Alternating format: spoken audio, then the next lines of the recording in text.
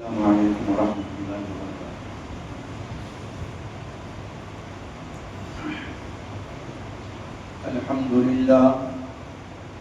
الحمد لله الذي أنزل الفرقان على عبده ليكون للعالمين نذيرا، والصلاة والسلام على نبي الذي أنزل عليه القرآن ليكون للناس بشيرا ونذيرا، وداعيا إلى الله بإذنه وسراجا منيرا، وعلى آله وصحبه أجمعين. أما بعد، فقد قال الله تعالى: أعوذ بالله من الشيطان الرجيم، بسم الله الرحمن الرحيم. وننزل من القرآن ما هو شفاء ورحمة للمؤمنين ولا يزيد الظالمين إلا خسارا. صدق الله العلي العظيم. وقال النبي صلى الله عليه وسلم: أهل القرآن أهل الله، أو كما قال عليه الصلاة والتسليم. درود پاک پڑھیں. اللهم صل على سيدنا ومولانا محمد صلاة دائمة مقبولة تؤدي بها عنا حقه العظيم. محترم مکرم حضرات علماء کرام، مدرسہ تجوید القرآن کے بانی اور محتمم حضرت قاری صاحب، محترم سامعین باتوقیر، عزیز طلبہ، یہ مجلس چار اعتبار سے برکت والی ہے. یہ مجلس چار اعتبار سے برکتوں والی ہے. پہلی بات جگہ کے اعتبار سے، کہ اگر آپ کو کوئی سوال کرے کہ بھوگاؤ پپری میں سب سے برکت والی جگہ کون سی ہے، تو آپ قسم کھا کے کہہ سکتے ہیں کہ مسجد اللہ کا گھر، اس سے قیمتی کوئی جگہ نہیں. دوسرا اعتبار برکت کا سبب یہ ہے، یہ مجلس کا انعقاد جمعہ کی شب میں ہوا ہے. جمعہ کی شب ہے، رات ہے، اور بڑی مبارک رات ہے.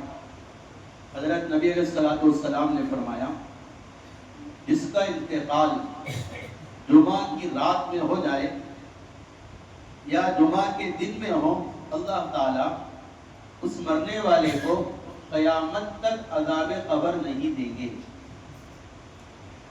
اور دوسری فضیلت، اگر کسی کا انتقال جمعہ کی شب یا دن میں ہو جائے، اللہ تعالیٰ اسے شہادت کا مقام عطا فرمائے گے. اور تیسری فضیلت، اگر کسی کا انتقال جمعہ کے دن ہو جائے، کل قیامت کے دن جو نفسا نفسی کا عالم ہوگا، ہر ایک پریشان ہوگا. علماء نے لکھا ہے جمعہ کے دن وفات پانے والا قیامت کے دن پرامن اور اطمینان سے ہوگا. اور تیسرا اعتبار برکت کا اس طرح ہے کہ یہ مجلس ختم قرآن کی. یہ مجلس کیا ہے؟ ختم قرآن کی. روایت میں آتا نبی اکرم صلی اللہ علیہ وسلم نے فرمایا: قرآن کے ختم کی مجلس مال غنیمت کی مجلس ہے. یعنی یہاں پر مال غنیمت تقسیم ہوتا ہے، لہذا شرکت کرو، تم بھی غنیمت کے لے جانے والے بن جاؤ گے. روایت میں آتا ہے اگر رات میں قرآن ختم کرے کوئی حافظ قرآن، صبح تک 70,000 فرشتے اس کے لیے دعائیں مغفرت کرتے ہیں. اور اگر کوئی دن میں ختم قرآن کرے، رات تک 70,000 فرشتے اس کے لیے دعائیں مغفرت کرتے ہیں. اور ایک روایت میں آتا ہے اگر کوئی آدمی ختم قرآن کی مجلس میں آمین کہے، دعا مانگے، مانگنے والے کی دعا پر فرشتے آمین کہتے ہیں۔ اور حضرت سفیان ثوری رحمۃ اللہ علیہ کا ملفوظ ہے، جو بچہ یا بڑا قرآن کو ختم کرے، حافظ بن جائے، ایک فرشتہ اس حافظ قرآن کے پیشانی کا بوسہ لیتا ہے۔ یہ 3 اعتبار ہے جس سے مجلس کا حسن تو بالا ہو گیا، اس سے بالا ہو گیا، بہت زیادہ منور ہو گیا۔ اور چوتھی وجہ برکت کی یہ ہے کہ جس مجلس میں اللہ والے ہو، اللہ کے نیک بندے ہو، وہ مجلس کی دعا بھی قبول ہوتی ہے۔ آپ کو ایک وجہ بتاؤں، حدیث میں آتا ہے، نبی اکرم صلی اللہ علیہ وسلم نے فرمایا، مرغا اگر چیخے مرغا تو اللہ سے اس موقع پر دعا مانگا کرو، اور اگر گدھا چیخے اعوذ باللہ پڑھا کرو۔ علامہ ابن حجر رحمۃ اللہ علیہ بہت بڑے عالم ہیں، بڑے شخصیت ہے، انہوں نے ایک بات لکھی ہے کہ مرغے کے بولنے پر اور ککڑ کو کرنے پر نبی علیہ الصلوۃ والسلام نے دعا مانگنے کی درخواست کیوں کی؟ اس کی وجہ یہ ہے کہ مرغا جب چیختا ہے، فرشتوں کو دیکھ کر چیختا ہے، پتہ چلا کہ فرشتے آتے ہیں، مرغا چیختا ہے، فرشتے اللہ کی مخلوق ہے نورانی، ان کی آمد پر جیسے دعا کی قبولیت ہے، اسی طرح کسی بستی یا مجلس میں اللہ والے آئے، اللہ تعالیٰ مجلس والوں کی دعا قبول کرتے ہیں۔ یہ 4 وجوہات ہیں اس مجلس کے برکت والے ہونے کے۔ تو اہل بستی سے اور اہل قریہ سے درخواست ہے، اگر اس طرح کوئی مجالس کا انعقاد مدرسے کے اہتمام کے سرپرستی میں ہو تو اس کی قدر کریں، اس میں دام درہم سخونے خرچ کریں۔ علماء نے لکھا ہے، حضرت نبی علیہ الصلوۃ والسلام جب تک حیات تھے، صحابہ کے مال کا سب سے بڑا خرچ کرنے کا مقام نبی کی ذات ہے۔ ہمارے نبی جب تک حیات تھے تب تک مال خرچ کرنے کا بڑا مقام نبی کی ذات ہے، اس سے بڑا کوئی مقام نہیں۔ اب نبی چلے گئے، نبی کے وارث علماء ہیں، یہ حفاظ ہیں، یہ اہل ارباب مدارس ہیں۔ علماء فرماتے ہیں نبی کے جانے کے بعد ہمارے مال کے خرچ کرنے کا بڑا مصرف علماء ہیں، حافظ قرآن ہیں، بڑا مصرف ہے، کیونکہ حافظ قرآن کے ساتھ تو نبی کو بڑی نسبت حاصل ہے۔ علماء نے لکھا ہے کہ وہ سینہ حضرت نبی علیہ الصلوۃ والسلام کے سینے کے بہت قریب ہے جس سینے میں قرآن مجید موجود ہو، اللہ کا کلام موجود ہو۔ حضرت نبی علیہ الصلوۃ والسلام نے حافظ قرآن کے باب میں فرمایا کہ جس جگہ حافظ قرآن کی قبر ہوتی ہے، اللہ تعالیٰ اس کے پڑوس میں 7 قبر والوں کو عذاب قبر نہیں دیتا ہے۔ اس لیے علماء نے لکھا ہے کہ جیسے زندوں کی صحبت مفید ہے، اگر کسی کو بگڑنا ہے تو بگڑے ہوئے کے ساتھ رہ لیں، شرابی بننا ہے شرابی کے ساتھ اپنا دوستانہ یارانہ طے کر لیں، اور اگر کسی کو اچھا بننا ہے اللہ والوں کے ساتھ رہیں، خود بخود رنگ چڑھے گا۔ یہ صرف دنیا میں نہیں، علماء نے عجیب بات لکھی ہے، میرے بات کے اندر ہے، مرنے کے بعد بھی اپنے مردوں کو نیک لوگ اور حافظ قرآن کے پڑوس میں دفن کیا کرو۔ ہاں، اسی لیے حضرت عمر رضی اللہ تعالیٰ عنہ نے درخواست کی تھی حضرت عائشہ رضی اللہ تعالیٰ عنہ سے کہ امی جان مجھے آپ پرمیشن دے دو کہ میری قبر نبی کی قبر کے بازو ہے، تاکہ آپ کی وفات کے بعد بھی آپ کی برکتیں میں لینے والا بنوں۔ علماء نے لکھا ہے، میرے بات کے اندر ہے کہ اگر پاس میں دفن ہونے والا بد عمل ہے، برا عمل کرنے والا ہے، تو اس برے عمل والے کے عذاب کا اثر اور اس کی سزا کا اثر پڑوس والے کو بھی ہوتا ہے۔ اس لیے ہمارے نبی نے فرمایا کہ حافظ قرآن کی یہ فضیلت ہے حضرت نبی علیہ الصلوۃ والسلام نے فرمایا اہل القرآن اہل اللہ، قرآن والے اللہ والے ہیں۔ لوگ کہتے ہیں اللہ والے پیدا ہونا بند ہو گئے اور پہلے جیسے اللہ والے نہیں رہے۔ نہیں، یہ خیال خام ہے، خراب ہے، کچا ہے۔ حضرت مولانا غلام صاحب وسوانوی رحمۃ اللہ علیہ فرمایا کرتے تھے علماء کی قدر کرو اور ان آنکھوں کی بھی قدر کرو جن آنکھوں نے اللہ والوں کو دیکھا ہے۔ ایک موقع آئے گا وہ آنکھیں بھی موجود نہ رہے گی جن آنکھوں نے ہمارے اکابر کو دیکھا ہے۔ قاری صاحب آپ کو استاد کون بڑے؟ مولانا انظر شاہ صاحب، حضرت شاہ صاحب کے بیٹے یا پوتے بیٹے ہیں، تو حضرت کی آنکھوں نے ان کو دیکھا، وہ تو نہیں رہے نا ابھی؟ ہاں، تو حضرت کی آنکھوں سے ان کی آنکھیں ملی ہے، تو حضرت فرما رہے ہیں وہ ان آنکھوں کو بھی قدر کرو جن آنکھوں نے اللہ والوں کو دیکھا ہے۔ بہت ممکن ہے اور ان قریب وہ وقت آئے گا یہ اللہ والوں کو دیکھنے والے بھی نہیں رہیں گے۔ تو قرآن اور حدیث اس کا جواب دے رہے اللہ والے کون ہیں؟ کہا کہ اہل القرآن، قرآن والے اللہ والے ہیں، قرآن کے حافظ اللہ والے ہیں۔ حدیث میں آتا قرآن پڑھنے والوں کی دعا اللہ رد نہیں کرتے۔ حافظ قرآن کے باب میں ایک مشہور روایت اس کی تشریح کرتا چلو۔ ہم نے سنا ہے نبی علیہ الصلوۃ والسلام نے فرمایا من حفظ القرآن، جس نے قرآن کو حفظ کر لیا، اپنے سینے میں داخل کر لیا،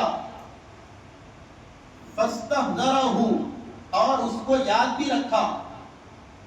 صرف حافظ بننا کمال نہیں، حافظ بننے کے بعد حفظ کو باقی رکھنا یہ کمال ہے۔ ورنہ ہمارے نبی صلی اللہ علیہ وسلم نے فرمایا جس نے حافظ بنا اور حافظ بننے کے بعد ثم ینساہ، بھول گیا قرآن کو، اور بھولنے کی تفسیر تو آپ نے پڑھی ہے فضائل کے اندر، بھولنے کا مطلب یہ ہے کہ دیکھ کر بھی پڑھتے نہیں آ رہا، اتنا دور ہو گیا۔ یہ امام ابو حنیفہ کی رائے ہے، لیکن ایک رائے امام شافعی کی سناؤں آپ کو۔ حضرت الامام شافعی رحمۃ اللہ علیہ فرماتے ہیں بھولنے کا مطلب یہ ہے کہ حفظ کچا ہو گیا، حفظ یاد نہیں رہا، حافظ بنا تھا، قرآن سینے میں داخل کر لیا تھا، اللہ نے نعمت بھی دی، امانت بھی دی ہے، لیکن قدردانی نہ کی، نہ پڑھا، نہ سنایا، نہ راتوں کو تلاوت کی اور نہ دن میں تعلیم دی، کچھ نہ کیا۔ حضرت امام شافعی رحمۃ اللہ علیہ فرماتے ہیں روایت کے تحت ایسا آدمی قیامت کے دن آئے گا اس کا ہاتھ ٹوٹا ہوا ہوگا، اور ایک روایت میں وہ کوڑ والا ہوگا، اور ایک روایت میں اس کے منہ کے سارے دانت گرے ہوئے ہوں گے، تو اللہ کے دربار میں ایسا آئے گا۔ اس لیے جو حفاظ بن رہے ہیں یا بننے والے ہیں یہ حدیث کو یاد رکھیں، قرآن کو حفظ کرنا پہلی ذمہ داری، فاستحضرہ، باقی رکھنا دوسری ذمہ داری۔ یہ شرائط ہے، ڈیمانڈ ہے آگے آنے والی فضیلت کے لیے۔ تیسری بات فأحل حلالہ وحرم حرامہ، تیسری بات قرآن میں جو حلال ہے اس کو حلال سمجھا، قرآن میں جو حرام ہے اس کو حرام سمجھا۔ یہ تیسری شرط ہے۔ علماء اصول فقہ ایک بات کہتے ہیں قرآن کی جو آیات ہیں 6000 سے زائد آیات ہیں، ان آیتوں میں سے 500 آیتیں مسائل کی ہیں۔ ان 500 آیات سے علماء نے 7 لاکھ مسائل نکالے ہیں حلال اور حرام کے۔ معلوم کیا ہوا؟ مسائل کے حلال ہونے کو جانا، حرام سے اپنے آپ کو بچایا، ہر ایک کے لیے ہے اور حافظ قرآن کے لیے خاص طور پر ہے۔ قرآن نے کہہ رہا سود حرام ہے، اس نے حرام جانا۔ قرآن کہہ رہا غیبت منع ہے، اس نے غیبت سے اپنے آپ کو بچایا۔ قرآن کہہ رہا شراب پینا حرام ہے، شراب سے بچایا۔ قرآن کہہ رہا مردار حرام ہے، حرام سے بچا۔ قرآن کہہ رہا ہے لاٹری لگانا، جوا کھیلنا، سٹا کھیلنا، بچت گٹ میں پیسے ڈالنا سارا حرام ہے۔ حافظ قرآن نے اور مسلمان نے اس کو حرام سمجھا اور اس سے بچا. یہ تین باتیں اگر ہو گئی، ہمارے نبی فرما رہے اللہ تعالیٰ قیامت کے دن ایسے حافظ قرآن کو 10 جہنمیوں کو جہنم سے برات کرنے کی شفاعت کا حق دیں گے. کہ 10 ایسے لوگ جن پر جہنم واجب ہو گئی، آپ اپنے اختیار سے جنت میں داخل کر سکتے ہیں. اس لیے علماء کہتے ہیں خود اگر حافظ نہ بن سکے تو فیملی میں ایک حافظ ضرور ہو. ہاں، یہ مجلس ترغیبی مجلس بھی ہے، موٹیویٹ کیا جاتا ہے یہاں پر.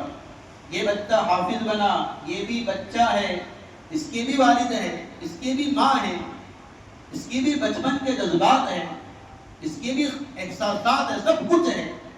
کھیلنے کودنے کے دن ہے، لیکن اسے قربان کر کر اللہ کے گھر میں مدرسے میں آ کر قرآن حفظ کیا. آپ کو بتانے کے لیے کہ اپنے گھر سے فیملی سے ایک بچہ حافظ قرآن ضرور بناؤ. کیونکہ مولانا سعید احمد خان صاحب کو فرمایا کرتے تھے بے دینی دور کرنے کے اسباب بہت سے ہیں. اگر کسی گھر سے بے دینی دور کرنا ہے تو گھر میں ایک حافظ بنا دو، حافظہ بنا دو. لوگ کہیں گے بھائی میرے کو بیٹا نہیں، بیٹی کو حافظ بناؤ. تو گاؤں کے پھر میں کون حافظہ ہے؟ کسی کے گھر میں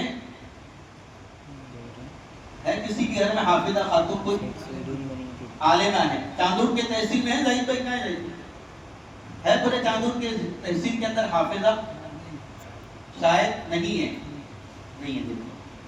تھوڑا سا کمزور پوائنٹ ہے. ہم نے یہ سمجھ لیا کہ بچوں کو حافظ بنایا جاتا، بیٹیوں کو نہیں. حالانکہ ازواج مطہرات ہمارے نبی کی بیویاں حافظ قرآن تھی. حضرت سیدہ فاطمہ رضی اللہ تعالیٰ عنہ حافظ قرآن تھی. حضرت حسن بصری کی بیٹی فاطمہ بنت حسن حافظ قرآن تھی. علامہ ابن سیرین کی بیوی حافظ قرآن تھی. اور جہاں تک تجربہ ہے، دیکھا ہوا اور سنا ہوا، لڑکے کے حفظ کے مقابلے میں لڑکی کا حافظہ آسان ہوتا ہے، اس کو یکسوئی نصیب ہوتی ہے. تو میں ایک بات کہہ رہا تھا، اگر کسی گھر میں بے دینی کو ختم کرنا ہے، ایک عمل یہ بتایا ہر گھر میں حافظ قرآن کی نیت کرو. اور اگر کسی خاندان میں بے دینی کو ختم کرنا ہے، خاندان میں کم از کم ایک عالم دین، مفتی دین بنا لو. ارادہ کرتے انشاءاللہ، پکا ارادہ کرو کہ مجھے اپنے سنتان میں اور اپنی اولاد میں ایک کو حافظ قرآن ضرور بنانا ہے. دیکھو پھر گھر کیسا نکھرتا ہے. ابھی ہمارا ایک بات چیت ہو رہی تھی، مصطفیٰ کہہ رہے تھے کہ بڑی بدعتیں ہیں اور بڑی زور و شور سے خرافات کا ارتکاب کیا جا رہا ہے. اس موقع پر ذہن میں یہ آ رہا تھا کہ خرافات کی وجہ ایک یہ بھی ہوتی ہے، گھر میں کوئی سمجھانے والا نہیں ہوتا ہے. گھر میں بیٹا حافظ قرآن ہے نا، باپ کو شرم آئے گی داڑھی کاٹتے ہوئے. اگر حافظہ ہے بیٹی، ماں کو شرم آئے گی بے پردگی کرتے ہوئے. بھائی کو شرم آئے گی سگریٹ پیتے ہوئے اور نشہ کرتے ہوئے. ہاں، یہ عجیب بات ہے اور اس کی عجیب نورانیت ہے حفظ قرآن کی. اگر گھر میں بن جاتا ہے، اللہ گھر کو نورانی کر دیتا ہے. جو دل میں سما لیتا ہے، اللہ اس دل کو نورانی کر دیتا ہے. اور جو اسے اپنے سینے سے لگا لیتا ہے، اللہ اس کی زندگی کو پرسکون اور پر اطمینان بنا دیتا ہے. اس لیے یہ ایک درخواست ہے اہل بستی سے کہ اپنے گھر کا ایک بچہ حافظ قرآن اور ایک بچہ عالم دین ضرور بناؤ، تاکہ وہ اعجازات قرآن کے جو ہے، حفظ قرآن کی جو برکات ہیں عطا ہو. ورنہ حدیث میں آتا، نبی اکرم صلی اللہ علیہ وسلم نے فرمایا قیامت سے پہلے علم اڑ جائے گا، اور علم کا اٹھنا، علم کا ختم ہونا یہ ڈائریکٹ نہیں ہوگا. اس کا طریقہ بتایا گیا. علماء اور عالم دین ختم ہوں گے، وفات پائیں گے. اللہ تعالیٰ اس طرح علم کو، قرآن کو اٹھا لے گا. ایک صبح ہوگی، علماء نے لکھا ہے سارا نظام چل رہا ہوگا، لوگ نماز کے لیے جا رہے ہوں گے. نماز کے بعد قرآن کو کھولیں گے، قرآن کریم اٹھایا جا چکا ہوگا، نہ حرف ہوگا نہ کلمہ ہوگا. نہ مصحف ہوگا نہ قرآن ہوگا، چلے جائے گا وہ قرآن۔ اس لیے اس کے چلے جانے سے پہلے اس کو اپنی زندگی میں سما لینا، اس کے حلال کو حلال جاننا، حرام کو حرام سمجھنا۔ علماء نے لکھا ہے 7 آدمیوں کے لیے ہمارے نبی نے دعا کی ہے۔ علماء نے لکھا ہے 7 آدمیوں کے لیے ہمارے نبی نے دعا کی ہے۔ پہلا وہ آدمی جو اپنے گھر میں اپنی اولاد کی تربیت کا سامان رکھتا ہے، یعنی گھر کو مدرسہ بناتا ہے، گھر کو مسجد بناتا ہے، ایک نظام چلتا ہے تربیت کا، موبائل کے حوالے نہیں کر دیتا، تربیت کا نظام بناتا ہے۔ ہمارے نبی فرما رہے میری اس کے لیے ایک خصوصی دعا ہے۔ دوسرا آدمی جس کے لیے ہمارے نبی نے دعا کی وہ آدمی ہے جو غائبانہ کسی کے لیے دعا کرتا ہے۔ تیسرا وہ آدمی جس کے لیے ہمارے نبی نے دعا کی ہے وہ ہے جو سرحد کی پہرے داری کرتا ہے۔ چوتھا وہ آدمی جو حلال روزی کے لیے اپنے آپ کو تھکاتا ہے، حرام آسان ہے، حلال مشکل جاتا ہے، وہ حلال کو حاصل کرنے کے لیے اپنے آپ کو برداشت کرتا ہے اور اپنے آپ کو خوب کھپاتا ہے۔ چوتھا آدمی جس کے لیے ہمارے نبی نے دعا کیا کون ہے؟ وہ آدمی ہے جو عمرہ یا حج کرنے کے بعد اپنے سر کے بالوں کا حلق کرتا ہے، ٹکلا کرتا ہے۔ چھٹا آدمی جس کے لیے ہمارے نبی نے دعا کی ہے وہ آدمی ہے جو عصر کی نماز سے پہلے 4 رکعت سنت غیر مؤکدہ پڑھتا ہے۔ اور 7واں وہ آدمی قابل رحم ہے جو قرآن اپنے سینے میں بسا لیتا ہے، اپنے اولاد کو قرآن سکھا دیتا ہے۔ اس لیے عزیزان محترم ایک درخواست ہی کرنا ہے، اپنے آپ کو اور اپنے بچوں کو قرآن سے جوڑنا ہے۔ بہت بڑا اللہ نے اس میں برکت رکھی ہے۔ حضرت ہشام کلبی کی بات کہوں، وہ یہ فرماتے ہیں 2 باتیں مجھ سے عجیب ہوئی ہیں۔ قرآن کا اعجاز کہہ رہا، آپ کہیں گے مفتی صاحب اب زبان موٹی ہو گئی چلتی میں، زبان کے اندر تھوڑا سا لچک نہیں رہی، اگرچہ عذر ہے لیکن اس کا اعتبار نہیں ہے۔ علماء نے لکھا ہے اگر بڑھاپے میں بھی قرآن پڑھنا نہیں جانتا لیکن کوشش کرتا رہا، اللہ تعالیٰ اسے سچے اور پکے حافظ قرآن کا ہو یا ناظرہ قرآن کا ہو اس میں اٹھائے گا۔ حضرت ہشام کلبی فرماتے ہیں 2 باتیں میرے زندگی کی عجیب ہے۔ پہلی بات وہ یہ ہے کہ ایک مرتبہ میں کسی مجلس میں تھا، مجھے کسی نے تانا دیا اتنا علم ہے حافظ قرآن نہیں ہے۔ سمجھے، ایسے تانے بھی کام کے ہوتے ہیں۔ بات سمجھ میں آئی؟ بعض تانے تو دل سے دور کر دیتے ہیں۔ اس کو تانا نہیں کہیں گے، اس کو ترغیب کہیں گے۔ اس میں آپ کو کہہ رہا ہوں ترغیب، ایک بچہ یا بچی کو حافظ قرآن بناؤ۔ انہوں نے کہا کہ میں نے ارادہ کر لیا کہ جب تک حافظ نہ بن جاؤں تب تک گھر کے باہر نہیں نکلوں گا۔ میں آپ کو یہ عجیب بات کہہ رہا ہوں، وہ اندر چلے گئے کمرے میں اور پڑھتے رہے 1 دن 2 دن 3 دن۔ راوی کہتے ہیں 3 دن کے اندر پورا قرآن حفظ کر لیا، 3 دن کے اندر۔ یہ ریکارڈ ہے، اس سے کم میں نے پڑھا نہیں۔ ہو سکتا ہے یہاں علماء انہوں نے پڑھا ہو کہ 3 دن سے کم میں کوئی حافظ بن گیا ہو۔ یہ ریکارڈ ہے ہشام کلبی کا، سمجھے نا؟ تو اس سے میں کہنا چاہ رہا ہوں اس میں وہ برکات ہیں اگر آپ ٹھان لو، یہ طلبہ ٹھان لے کہ مجھے قرآن پڑھنا ہے، مجھے صاحب قرآن بننا ہے، مجھے پکا حافظ بننا ہے، تو قرآن کے حفظ کو تہیے کے ساتھ، پختگی کے ساتھ اپنے دل میں بٹھا لے۔ اور طلبہ سے 1-2 باتیں کہوں گا، آپ پڑھنے کے ساتھ ساتھ اپنے استادوں کی قدردانی بھی کریں۔ استاد کا ادب قرآن کے حفظ کا سبب ہے، پختگی کا ذریعہ ہے۔ حضرت امام احمد بن حنبل فرماتے ہیں میں استاد کی اتنی قدر کرتا تھا، میرے بڑوں کی، زندگی میں کبھی استاد کے گھر کے طرف پیر کر کے سویا بھی نہیں میں، اتنا ادب تھا اپنے استادوں کا۔ علامہ شامی رحمۃ اللہ علیہ نقل کیا کہ امام ابو حنیفہ سے پوچھا گیا تو اللہ نے آپ کو امام اعظم بنایا، وجہ کیا ہے؟ کہا کہ 2 باتیں۔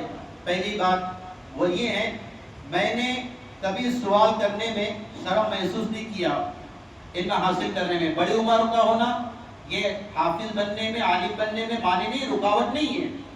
اور دوسری بات کہی کوئی بھی دعا میری زندگی کی ایسی نہ گئی جس میں میں نے اپنے استاد کو یاد نہ کیا. اس لیے استاد کا ادب کرے, وقت کو ضائع نہ کرے, وقت کی قدردانی کرے. وقت کی قدردانی پر ایک آخری بات کی اگر بات ختم کر دوں, وقت ضائع مت کیا کرو. ٹائم پاس جس کو کہتے ہیں, خالی اوقات بھی اس کو حصول کرنے کی کوشش کرو. امام محمد رحمۃ اللہ علیہ فرماتے ہیں کہ اللہ نے مجھے علم دیا, میرے وقت کی حفاظت کا واقعہ یہ تھا, میں کھانا بھی کھاتا تھا, روٹی لینا, شوربے میں بھگونا, منہ میں ڈالنا, چبانا, اس میں تھوڑا علم حاصل کرنے میں حرج ہوتا تھا, تو میں نے یہ کیا, اپنی بہن سے کہا تھا, بہن جب میں پڑھا کروں کھانے کا ٹائم ہو جائے تو تو اپنے ہاتھوں سے لقمے میرے منہ میں ڈال دیا کر. اتنا بھی وقت ضائع نہیں کیا. تو عزیز طلبہ, وقت کو ضائع نہ کرے, ایک اپنے اندر جذبہ پیدا کرے, سمجھے. اس لیے حضرت امام غزالی نے لکھا ہے, جو طالب علم بچپن کے اندر پڑھائی کے زمانے میں وقت کو ضائع نہیں کرتا, اللہ مستقبل میں اس کو بھی ضائع نہیں کرے گا. اللہ تعالیٰ سے دعا ہے اللہ تعالیٰ اس مجلس کو قبول فرمائے. جو حافظ, کیا نام آپ کا؟ صاحب, ماشاء اللہ, روزے دار. صاحب کا معنی کیا ہے؟ روزے دار, بچنے والا. اللہ نے ان کو دنیا کی غلط چیزوں سے بچا کر ایک قرآنی ماحول میں لایا, حافظ قرآن بنایا. میں اپنی طرف سے مبارکبادی دیتا ہوں, اور صرف میں مبارکبادی نہیں, فرشتے کو مبارکبادی دیتے ہیں. ایسی مجلس سے اگر ہو, گاؤں والے اچھی طرح سمجھو, میں نے شروع میں کہا اس کو غنیمت جانے, آدھا پون گھنٹہ تھوڑا رکھ کر اپنی اس مجلس میں شرکت کریں. اس کے والدین کو مبارکبادی ہے, اس کے اقارب کو. اللہ تعالیٰ مجھے آپ کا عمل کی توفیق عطا فرمائے.